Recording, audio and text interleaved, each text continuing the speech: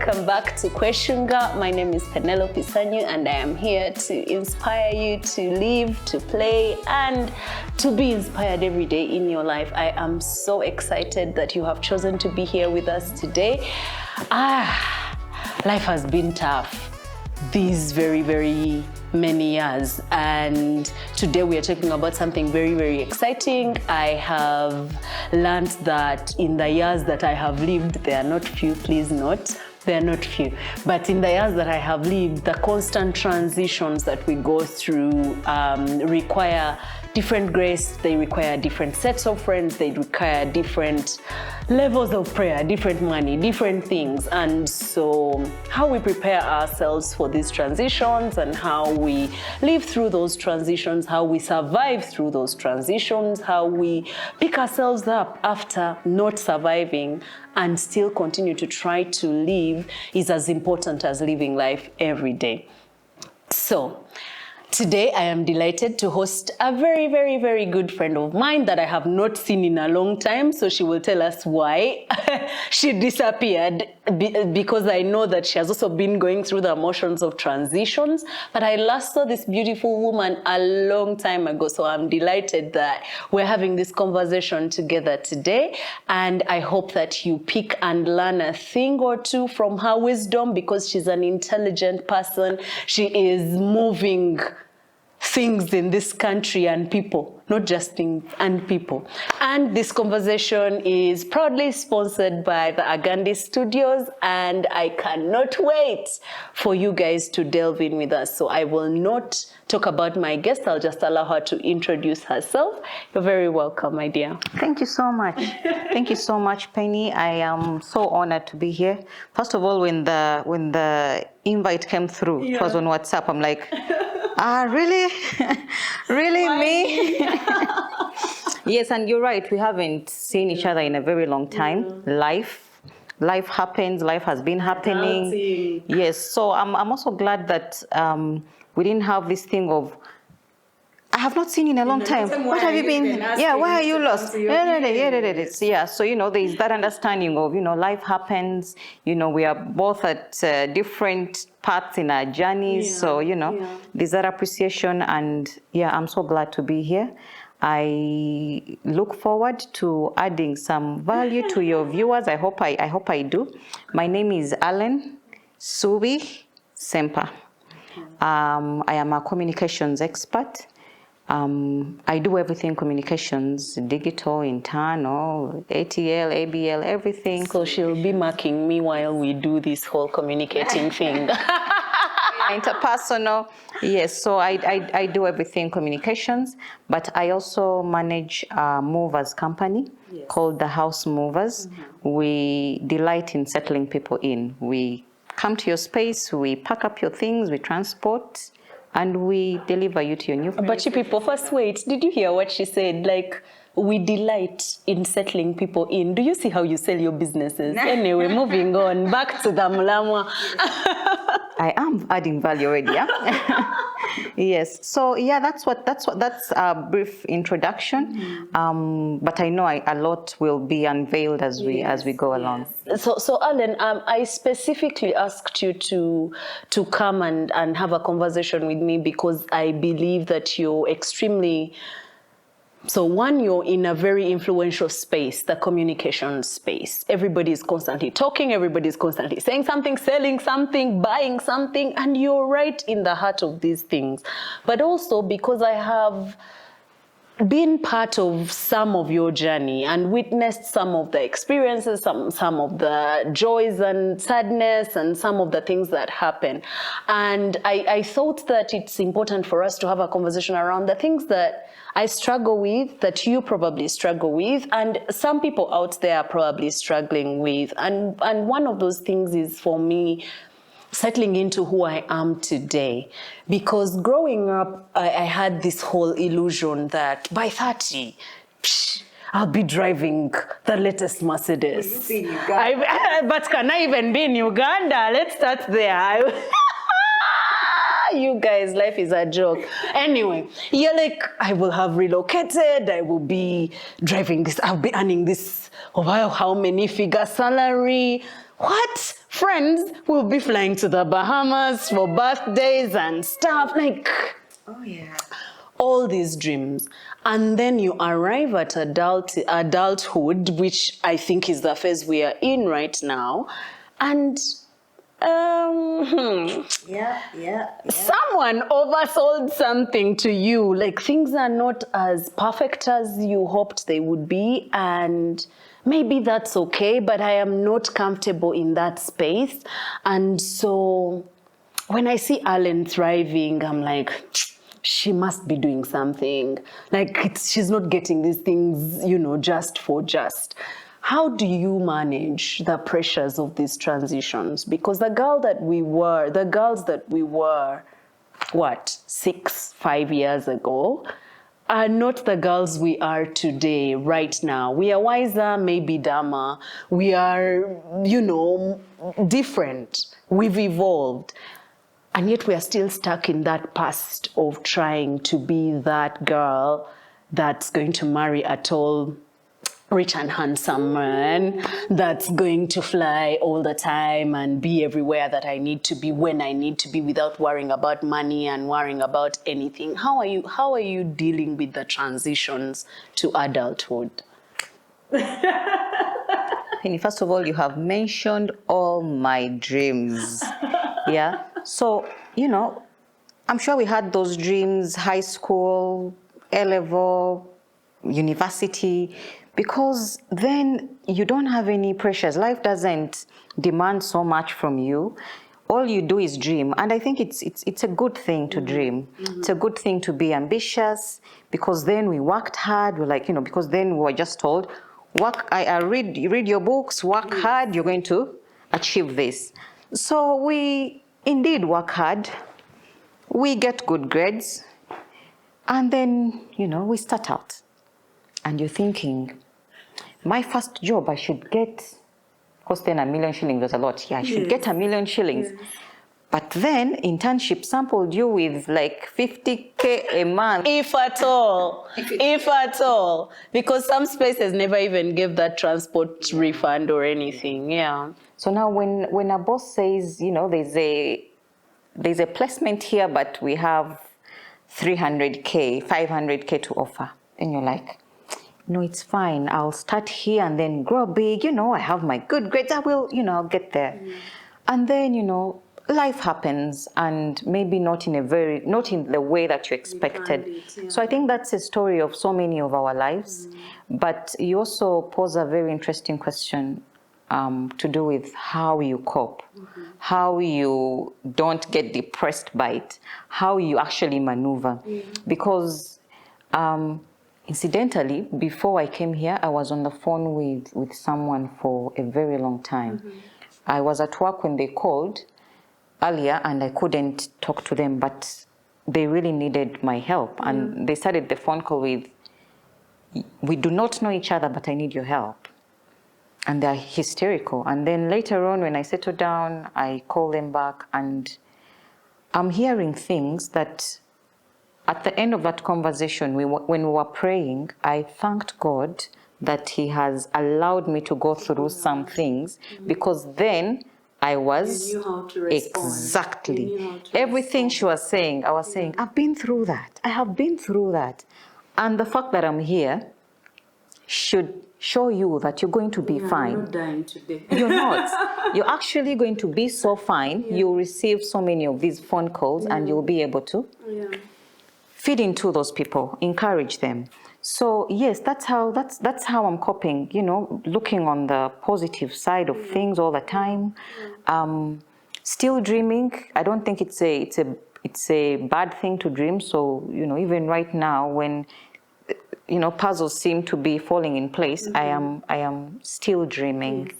I remember that at some point in my life, I was applying for, I think the whole time Obama was president, I was applying for that green card. Yes. It's like, no, Uganda is not this is not my portion. My children deserve better. Year after year, I applied for that green card. Guess what? I am here and I am fine. So yeah, that's a message to everyone. Adulting happens, maybe not in the way that you expected it to, but then again, it has happened, so deal with it, and you can prosper in whatever space you're in. So I just want to piggyback on what you said about, my children deserve better, because I know that you're an adorable mom. Your kids are amazing.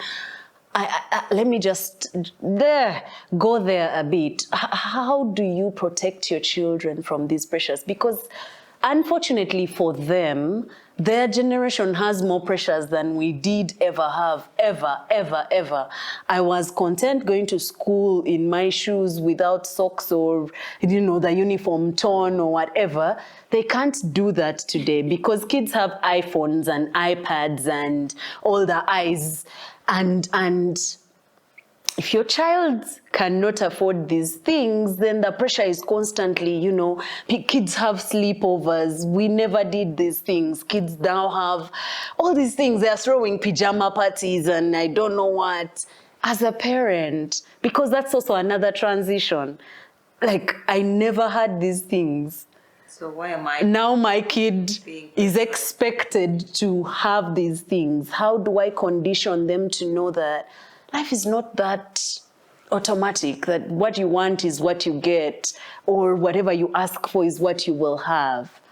Oh my goodness, parenting is so interesting. We need to have a conversation on parenting. When I was pregnant with my first child, I read a book called What to Expect When You're Expecting. Yeah. That was very easy because then you would know that I'm feeling funny at 4 months, then you open the book and then you read and you're like, this is what's happening to me. Parenting, it's different. It's different. There's pressures. Even when you don't plan on feeling them, there are these children coming at you every day. Yes. My son was saying, Mommy, my best friend has a smartwatch. I'm like, you will be fine. In about 2 weeks, he got a smartwatch. He said, my friend's parents bought him a new watch, so he gave me this one. I had to go to the school to verify. Yeah. And the story was true. Like, this boy just gave my son his old watch because the parent bought. I was like, okay, now that this one has a smartwatch, the others need smartwatches. Yes. You understand? But because it's not easy and I cannot promise what I cannot deliver, I always sit my kids down and say, hey, if you need anything, you had better talk to God because He's the provider. You get? I don't have money, your dad doesn't have money, but if you talk to God nicely, then things will show up. Yeah. So they know that whatever they don't have right now, it's because they have not prayed hard enough or that God hasn't yet willed for them to have. Yeah. I think I have dealt with it well enough now, but as they get into their teens, my goodness, because the things I'm dealing with right now are not what I dealt with 5 years ago. So yeah, there are those pressures. And of course, there are these parents that are making us look bad because for them, they just splash. They. I don't think their intention is to make us look bad. Their intention is to spoil their kids. Trust me, my daughter comes home. We know those sleepover things. And first of all, I only host like their cousins. But because they get invitations from their friends. Of course, Bambi, I'm going to be those parents of sleepovers and gifts to all the kids, but let's go on. You're the people spoiling our bad names. Oh my goodness. A child may not come to you saying, I want this, but they'll say, my friend's parents did this. Yes. Oh my goodness, Mommy, my friends went to Zanzibar for the holiday. First we were here in Qweshunga. Yes. So the stories, but also that takes me back because one of the things that Qweshunga, one of the reasons that I started Qweshunga was to reclaim heritage and help us find our true authentic selves and be those people and play in that I don't have to go to the Bahamas. It's good if I go. It's amazing. Yeah. But even when I go to Chanamkaka, there's a story there that I can make so fun that the people in Bahamas want to come to Chanamkaka. And so I think that I hope that I do achieve my vision to help people understand that wherever you are, whatever you have, with whatever resources you can get your hands to, you can play with that. And you can live an authentic life that is not under so much pressure and that is not causing you to have all these mental health challenges that they are talking about all of us having lately. So it's I like that you tell your kids to be content, because I know that we didn't have much growing up, really. We didn't have much. Oh my God, you guys. But one of the things my mom would say is, I will give you what I can. And it's going to be good. It's going to be good. When you grow up, you can get whatever it is you want on your own. Me, this is what I can afford right now. This is what I can afford right now. This is what I am giving you. And it will be good. I told most of my friends, I even said this on this channel, when we were growing up, my mom would wake up very early, go to Owino market and get clothes for us, press them nicely, and she would say, you don't have to look poverty. Like, people should see you and not know that you're poor, because these clothes, now you look like the kids of the rich. I wash them, I iron them, Where's the difference? So, have your nice bed sheets, have your nice shoe, have your nice hair, iron your nice one shirt, and be content with that. The problem with that is that I also want baby girl soft life. And now as an adult, I am thinking, okay, yes, I grew up as a content person and I still am, but I also want so much more. And when do we ever get out of this rat race? How do we get out of the rat race? How do we get to a place where I don't have to save for a whole year to go to a trip? How? Like, it's exhausting. It's exhausting. By the way, and you know how we set New Year's resolutions? You're like, whatever didn't happen last year, may it happen this year. So let me write it down. Then the year ends and you haven't even achieved half that list.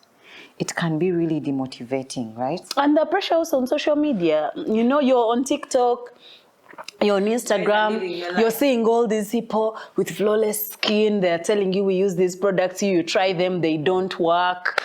Then you're like, okay, now we are flying here over what? Picnic where?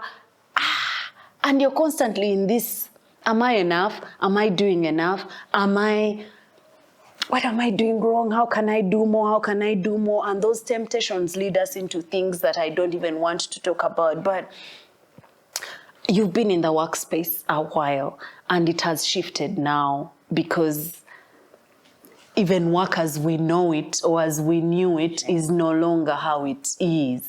You're either smart enough to have more than one gig, or the gig economy is taking over actual full-time work, or like there's so many shifts at different levels, and with those shifts come demands, come necessities, come all these pressures around. Let me even first pause there before I ask that question. I remembered something when I said pressures. We had a reunion, a high school reunion, and I stopped going for these things because people come to show off and to say, oh, I drive a Mercedes, or I work here, I work at Bowman's, I work with the office of the president, oh, my husband, oh, my wife, and all that pressure comes with also the workspace. I have been writing about work shaming, and hopefully I will get the courage to put out the blog someday. And I feel like we work shame so much. You're in communications and there are people who are seen as less than because they are not at your level. And so when they stand in crowds of people, they can't say, I am in communications because I do not do the things Alan does. I don't do the things Alan does. I don't have the clout Alan has. I don't have the social media following, the numbers. So I am not worthy of calling myself that. Or I'm not a lawyer because I don't go to the courtroom and I don't wear suits every day and I don't practice. So we work shame and we body shame and we salary shame and we family shame and we partner shame. Then everything becomes shame. People become depressed and sit in their homes and just decide to either commit suicide or cut the world off. Just share with us how you've managed to move through the ranks in your workspace without having to step on people's toes. Because it's key. How do you keep the humility of knowing that I was not here yesterday, I'm here now. How do I bring someone else to this place without shaming them? And Penny, before I even respond to this question, I want to just thank you for putting up such a platform to address these issues. Because, so many people hopefully will watch, but so many people are suffering with this, going for network gatherings and people exchanging business cards, and you'd rather keep yours away because you're receiving managing director, CEO, this, head of what? Yours has like officer. But I also want to address the fact that it comes from you. How mature are you? Are you aware that these people were once in your shoes? Yeah. They didn't just wake up to become MDs or to head departments. Yeah. It takes time. I don't remember what I earned my first job. My first salary was 200,000. You remember it so? I cannot forget it because 200K. Why don't I remember? I must have done some free gigs back in the day because really I don't remember my first salary. But you understand, life keeps elevating you because you're also adding value to yourself. It's a good thing to go for these network gatherings because then you meet people, you talk about your experiences, you talk about, what you do. You never know, the next phone call would be to, oh yeah, the other time when we met you said you do A, B, C, D, E. Can you please, Penny, do you know how many consultancies I've done just like that? Yeah. Just yesterday I received a call. I'm going to do something next week for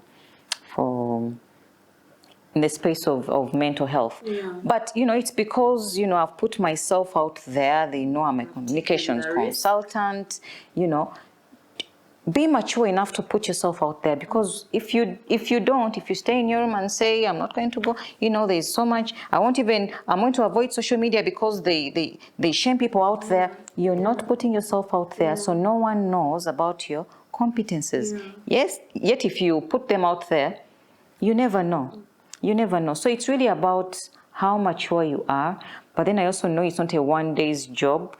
I've also been through that space of, Penny, I got married right after campus.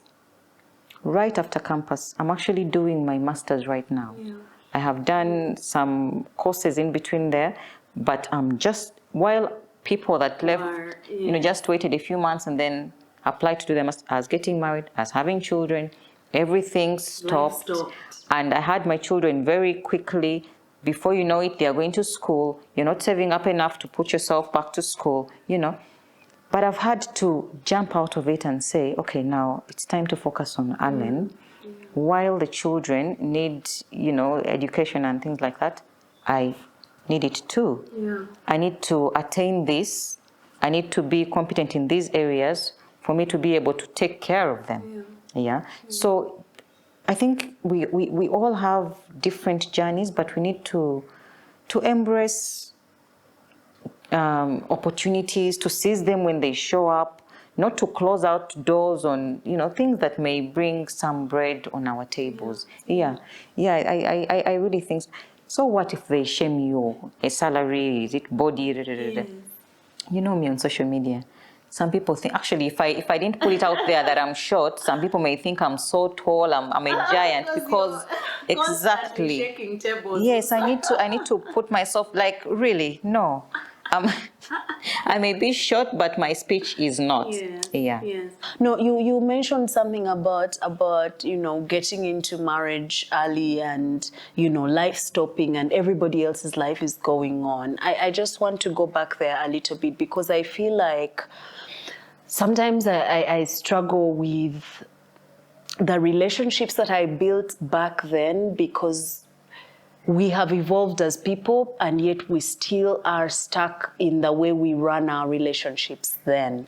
So the Alan that I met before she had a baby and then she had a baby and I went to do my master's and I came back and she's now a mother and she's doing amazing things, I'm doing amazing things, but I still want to relate to the Alan that I met before she became a mother. And Alan is saying, no, I am not that girl anymore. I'm not that person anymore. I have moved, so we can either meet here or we really have nothing to talk about. And when you say that, then you come off as, she thinks she has arrived, yeah? You think because you're in comms, you think because you're a mother, you think because you're married, you cut us off now as the single ones. You think, and I don't understand why people do that, because relationships should evolve and we should be given the opportunity to evolve, even after a day, a month, a year. So why do you think people hold on to the illusion of who you were and they do not want to let go of that? They hold on to it and they don't want to see you as who you are today and relate with this new person. So my question, Penelope, is have they not changed? Are they still the same people we knew 20, 15, 10 years ago? Because if they haven't, then that's a problem. There's a big problem. There's a problem, really. We should be able to embrace each other's changes and life patterns. These change, really. This change. I told you how I was on TikTok and there's a lady that was acting out a best friend who had called and said, I've been calling you 5 times, you're not responding, where are you, I need you. But right now, I cannot even call someone 2 times. I call you once, you miss my call, I will understand that you're busy and you will return it when you're... Because that's what adults do. We are all dealing with so much. There's so much to do. People are working 3 jobs. They have an 8 to 5. They have a weekend job, or they are in class in the evening. They are hustling elsewhere. So why would you leave 8 missed calls if it's not an emergency? Because you're my friend, and we committed that we are going to do this thing together. And no, but if you don't pick my call, then it shows you don't miss me enough. You didn't even call me back a week later. I actually love you the same way. I still love you. And I want to spend time with you. Can we check in end of month? Like, do we have to see each other every day? Do we have to, communicate It's important to communicate, but you also need to appreciate the fact that I am dealing with something. I'm dealing with things here. Please deal with yours. When we talk, let's compare notes. Yeah, but, people need to be understanding of the changes that happen with life. And we're all evolving. I'm going to ask you what your biggest adulting challenge has been and how you've overcome it. And so the challenge and the lesson. What are you learning from adulting as it is today? Penny, adulting has thrown punches at me, yeah? And you know how punches are. It's not like it's a boxing game where you're expecting. Sometimes you're just doing life. You're an innocent being. You're being a good person. You don't even see it coming. So maybe what has stood out for me with adulting is, like I mentioned, I got married really, really young. And at that point, the marriage decision is based on love. Yes. I love this person. We're going to do life together. They love me too. So what's stopping us? nothing. Let's just do it. And then, You find that love is not enough. Love is not enough to keep a marriage. It's not. So for me, with adulting comes lessons on love. So many lessons. I think I'm a better lover now than I was many years ago, because life has taught me these things. Because first of all, I would not advise my daughter to get married very early in life. You need to. I don't want to say sampling is not good, but enter this thing with maturity. Yes. Don't be expecting the other person to be the source of your happiness. Yes, first leave. Actually accumulate what you have to offer when you get married, because if you have nothing to offer and you're expecting the other person to offer everything, they're expecting the same from you. You're both coming into this space empty, and yet your expectations are so high. So for me, it's been good lessons, because love is a beautiful thing. So I wish I knew what I know now 12 years ago. I would be a better wife. I would be a better partner.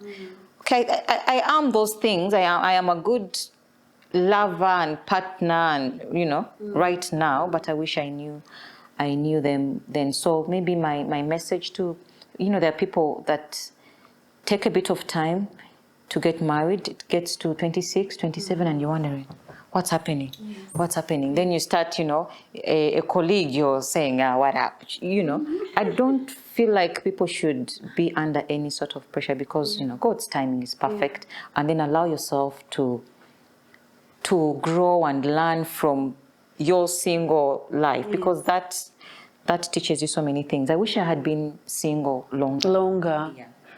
Guys, you've heard, I am not getting married anytime soon. I am sitting at Alan's feet to learn love.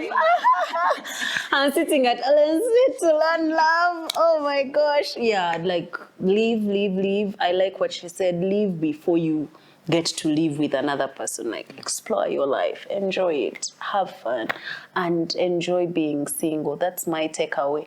As me, I don't know about you people. Yeah. Yes, it is. It's exciting. So finally, if you were to say something to someone out there struggling with transitions, life is knocking them dead, they are being pushed against the wall, and they don't understand this thing called adulting, because the people they thought they were their friends have moved on. The relationships they're trying to build now are a bit complicated. People are not forthcoming. Work is not shifting. Like, life is really dealing you blows left, right, and center. What would be your message to those people out there? Because I know that people are struggling with a lot. So, Penny, I'm so glad we are concluding with this, because really at the heart of the Allen Suvi Semper life is a great being called God. Yes.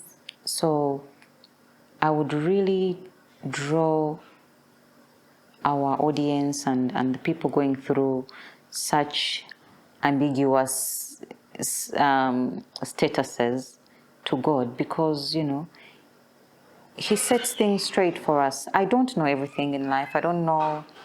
My path hasn't been as clear as people think, but it always helps to have a higher being, someone that you account to, but you also know that they love you unconditionally, that you can go to for direction. His word promises us so much, and all the answers that we are looking for in His word. So I have not been failed by God. I don't think He can fail anyone. So in those spaces where life is just throwing you lemons, I know the Englishman says you make lemonade, but I would rather turn to God, because, He's done this. He's existed forever. So He knows. Yeah. So just like you would advise in our human nature, you would advise a younger person because you've been through life. Now imagine God, who is the maker. Yes. He's the author of life. Yeah, he knows everything, whatever, small, big, medium, whatever you're going through. I think God can address it. Just give him time. Wow. Wow. And you guys, one, I am going to sit at her feet to learn about love. Two, I am throwing myself at God so that, man, life is hard. Life is hard. But don't allow life to box you into certain corners, because you have a choice. You have a choice, and that choice is how you respond to all these punches and everything that is happening. So take time to think upon these things. Don't you just love Ellen? Don't you love her energy and her story and everything? I know that I'm going to host her again to talk about parenting, because that's a really, really, really big issue, especially amongst people our age. I'm not going to say our age because I see you. Yeah, I won't say our age because they're waiting for us to say our age, but among people our age, we need to talk about parenting and how to do it right and what challenges there are, so that we are supporting one another and helping each other grow. Thank you so much for your time. Thank you for coming to Qweshunga with us today. I want to thank the team at Agandi who are making us look pretty and look hot behind these cameras. They are Qweshungaing with us this entire season, and I look forward to seeing you next time. Keep Qweshungaing. Do not be stressed.